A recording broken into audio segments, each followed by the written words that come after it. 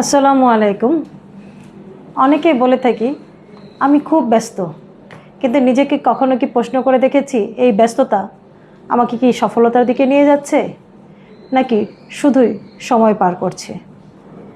আমরা জানি যে সফল মানুষেরা অনেক ব্যস্ত থাকে, কিন্তু তারা কিন্তু এই যে ব্যস্ততার মাঝে তাদের কাজটাকে সুন্দরভাবে ভাগ করে নেয়। প্রত্যেকের জন্য সময় 24 ঘন্টা, কিন্তু বিষয়টা হচ্ছে এই 24 ঘন্টা আমরা কিভাবে কাটাচ্ছি, কি কাজ করছি। এইটা একজন সফল মানুষ সেই কাজটুকুই করে যেই কাজটা তার জন্য এফেক্টিভ। বিজনেসে অনেক কাজ থাকে, কিন্তু সব কাজ কিন্তু একজন ব্যবসায়ী কিংবা একজন দায়িত্বশীল যে থাকে সে করে না।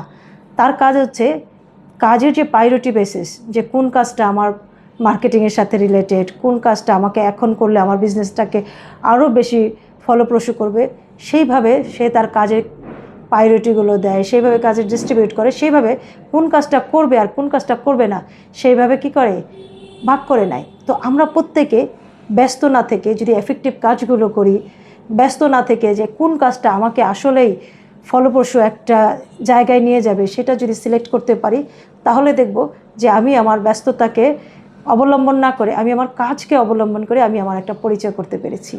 তাই প্রত্যেকে ব্যস্ততাকে একটা ইস্যু হিসেবে না নিয়ে সময়টাকে যদি প্রত্যেকে সমানভাবে নিজের প্রায়োরিটি বেস এফেক্টিভ কাজকে সিলেকশন করে এগিয়ে যেতে পারি, তাহলেই আমি আমার সময়কে, আমার কাজকে ব্যস্ততায় না সফলতায় রূপান্তর করতে পারবো।